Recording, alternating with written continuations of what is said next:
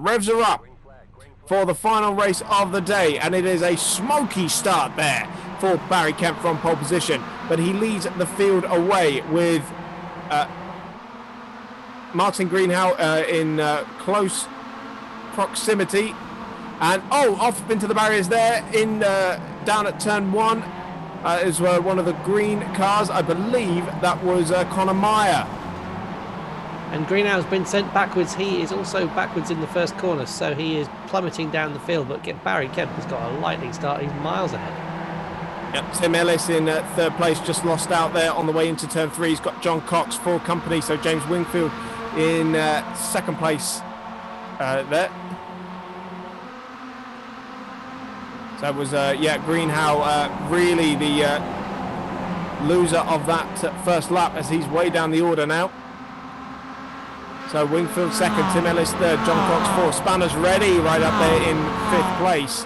And he's got Gary Thomas for close company. And might be even closer. They've got Trumpets just behind them. But Gary Thomas is lining up a move on Spanners ready on the way out towards the corkscrew. And he's got it done before they throw the anchors out for the tight left-hander.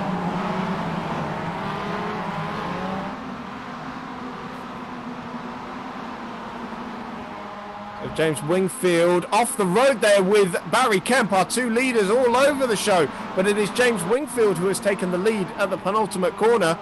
So not sure how that unfolded, but there's Tim Ellis trying to get around the outside now. So Wingfield will lead race 3 at the end of lap 1. Then we have Barry Kemp, but is that going to be Tim Ellis now in second place? Side by side as they come over the line, only separated by a few hundredths of a second. And it looks like this is going to be Tim Ellis' second place, as he's got the inside line for the Andretti hairpin. And through goes the number 27 car. And Cox looking to go through him with him as well. Yeah, John Cox in close proximity there. Spanners ready, also not too far behind them as well.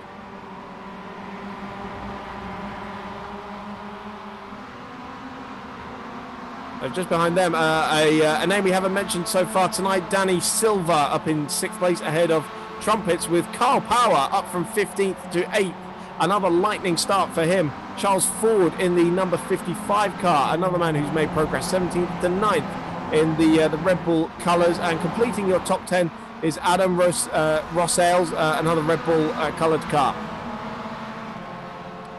John Lang and Bradley Philpott, Michael Weddle, some of our top guys from the previous round. We've got a load of cars off down at turn 6. Adam Rossales has gone off down there, but I believe Barry Kemp has as well from 3rd place. He has indeed.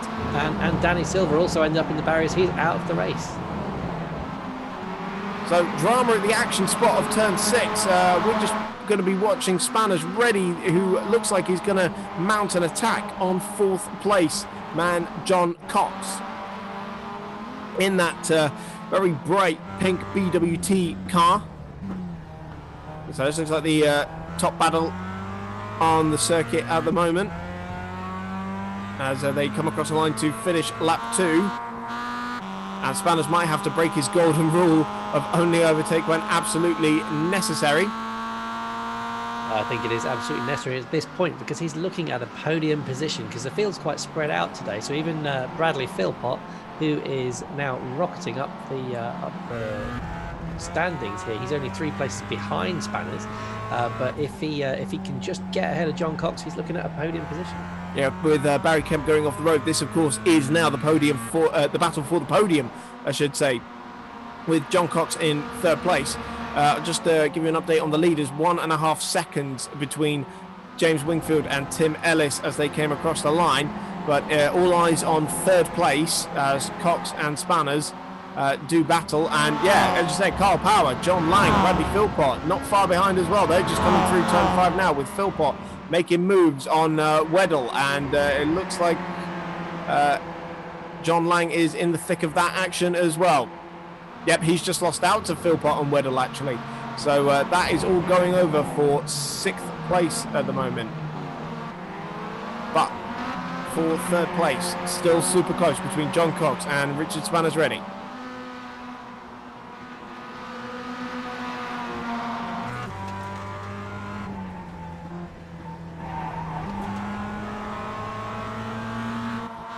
And coming into the final corner, Spanners is right up, tucked up behind him. He's going to the outside. He's going to put some pressure on, try a cut back. Yeah, maybe a little bit too wide there on the entry for Spanners, and doesn't look like he's got the momentum. Lost a little bit of ground there. Your face looks like it hasn't got the momentum. Thank you.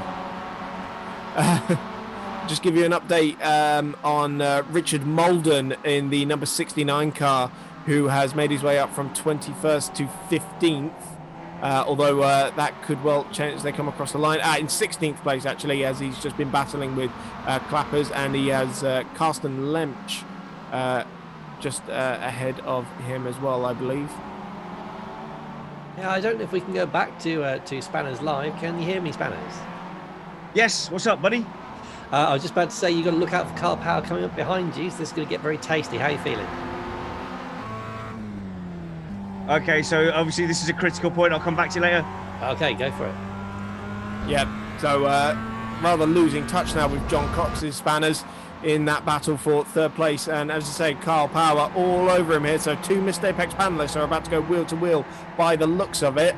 Not sure what's been happening with Philpott and Weddle. Maybe they've been squabbling amongst themselves, but they have fallen back from Carl Power. So Power looks like he's the man on the move at the moment in this final championship race for this evening. We do have a race 4 coming up for you. A little bit of fun with some stock cars at the Charlotte Motor Speedway Oval, but that is going to be after the final championship round that we're watching right now. And Carl Power, for a man on his debut with a suboptimal setup as well, not driven this car before, not even used iRacing before, he's doing a stellar job tonight. Yeah, we say that so Kyle's doing amazing. Sorry guys, I'm on the straight now.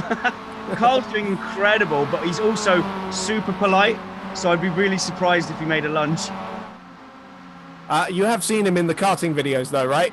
Lunges is pretty much the name of the game, and it looked like he was just going to try and make one there on the way into the Andretti hairpin. Wow, maybe I was optimistic. Optimistic, that's the name of your game.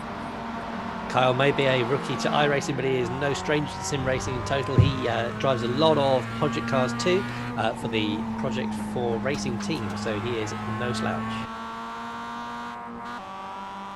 Big gap just formed up at the front of the field, by the way. Nearly 4 seconds is James Wingfield's advantage in that number 13 car. Unlucky for some, is not unlucky for James Wingfield today. Looks set to take a race 3 win, but we're only at the halfway stage of this race. And meanwhile, this battle for 3rd, 4th, 5th and 6th as Bradley Philpott is closing back in on Carl Power.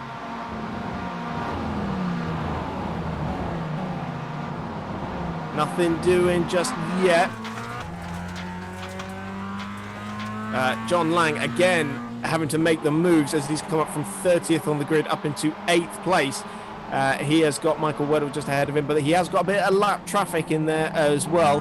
Just give you an update on the rest of the top 10. So it's actually it's Gary Thomas that is in 8th, or he was, because he's just gone round at the penultimate corner and made contact there with John Lang, and that is all to the advantage of Ian Erasmus, who picks up 2 spots. And while that's going on, Philpott has just absolutely lunged on Carl Power, gone through, and he's on the inside of Spanners ready, so he's taken 2 cars in Brad can go by. He can go by. Is he going to be letting Carl Power through on the inside as well? He is indeed. Through goes Power. So how much further are these guys going to get up in the order, I wonder? Is John Cox's podium safe? Well, he's going to be looking in his mirrors now and seeing a mirror full of Philpott, and that is not something you would wish on your worst enemy, because you know an overtake is coming.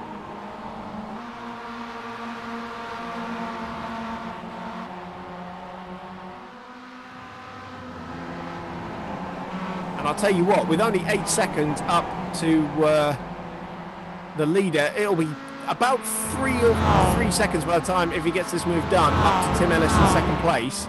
So maybe Wingfield's just got his victory safe for now, as he's built up quite a tasty advantage. But I wonder if Philpott can make his way up into 2nd place. And the next predator on the skyline for Richard Spanners ready is Michael Weddle, who is right on his tail again, and he's actually putting some pressure out of the corkscrew. He's going to make a lunge down the inside, and yeah, Spanners takes avoiding action, so that is Michael Weddle through. Oh, Weddle's a lot faster than me. There's no point. May as well let him get chaos ahead. Philpott going around the outside of John Cox in the battle for third place, and absolutely a dead heat as they come out of the final corner up towards the stripe to start lap 6, and Philpott is just edging ahead. He is ahead and up into third place now, up from 25th on the grid. How much further can he get? Is John Cox going to have a look up the inside, try and reclaim that position? No, he is not. So Philpott into second. Is he going to now be able to go after Tim Ellis and claim second place? And just behind them, Kyle Power has just been put into a sideways spin as Michael Weddle just stuck his nose in. So he's lost a couple of positions. He's now behind Spanners Ready with Erasmus closing down on him fast. Yeah, just saw his car going quite slowly out of the pit lane exit, obviously recovering from that incident. So I feel like you could have said I overtook Kyle Power. I mean, we have a duty to report facts here, Spanners. Well, I overtook him. Actually, there is a definition of overtake, and passing a car that's out of control is not in the definition of overtake. You're not the boss of that. It's a fact. Look it up.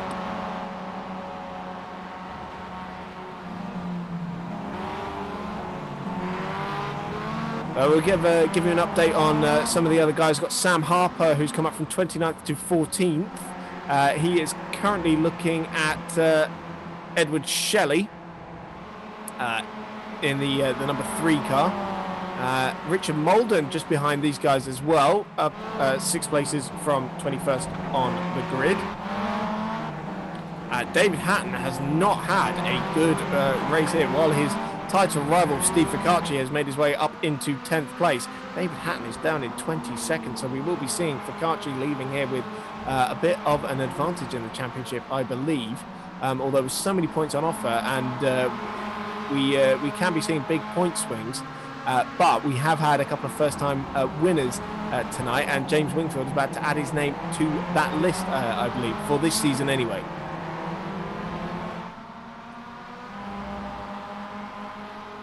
Philpott is about to take second place. I would hedge a bet with a lap and a half still to go, and he is staring right at the back of Tim Ellis's car. It's by no means done and dusted. There's just a second between them now, coming into turn 5. And Tim Ellis knows how to defend a position well, so would not hedge any bets just yet. But if you twisted me arm, forced me to put money on it, I would go with Brad. Flying through that turn 6 and up towards the corkscrew for the penultimate time. And if these two start squabbling, that is only going to help James Wingfield secure his first victory of the season. Brilliant run out of the corkscrew for Brad Philpott, and down the inside, easy as you like. No resistance from Tim Ellis. There was nothing he could do, basically. He's got a much better drive off the bottom of the corkscrew and just flung it into the inside of Rainy Bend, and then that was it. Job done.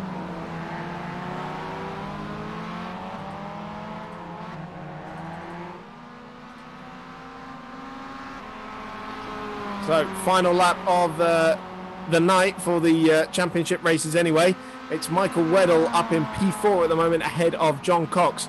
And maybe Richard Spanners Ready on this final lap can break his golden rule and go for an overtake and try and take a top 5 finish. But he's going to have to do it quickly, because there's Carl Power, John Lang, Ian Erasmus and Steve Ficacci not far behind them as well, all wanting to take a bite out of the action as well.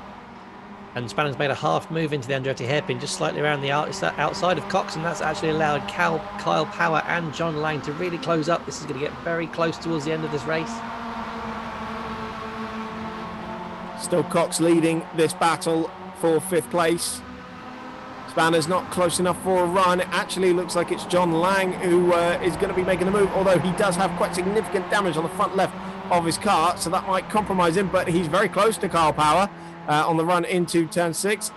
Spanners got a wonderful run, actually forced Cox a little bit defensive, and Cox has gone out wide on the exit of turn 6. Could this be Spanners' golden opportunity? He's rolled up alongside Cox's car, and look at this pack of 5 heading towards the corkscrew, but there goes John Lang trying to get around the outside as well. Cox holds the position for now. Lang sails by and picks up a couple of places there. Fantastic bit of racecraft there from John Lang to round out this final race of the day. But James Wingfield is coming round the final corner towards the front straight to take his first victory of the season and rounds out the evening tonight of championship races with victory. Brad Philpott, Tim Ellis and Michael Weddle will be the rest of the order, but who is going to come home in 5th place?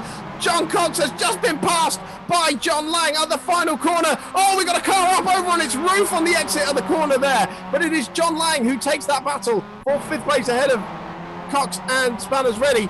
I believe it was Carl Power who's got involved in that. Who is up on his roof? It's Ian Erasmus who is upside down. I think that is Kyle so Power, unfortunate for him. Yeah, I think the two clattered into each other at the last corner and put him into the wall, and then he's ended up upside down. Oh, a dramatic end to the final race there. And hopefully we will see what happened. Just a bit of contact between them ended in the most unfortunate way imaginable. But it is James Wingfield who takes your final race victory of the day, his first win of the season as well. Chris, we have had a phenomenal night of racing so far. Oh, it's been absolutely amazing. And that is the championship races. Hi, guys. Fantastic commentary from Chris and also Chris. Really enjoyed listening to you guys. Loads of fun. It's really random. If you want to get involved, email spannersready@gmail.com for round 4. Come join us. Come watch us. Let everyone know we're doing a bit of sim racing, even when the big boys have decided they've had enough after this current situation.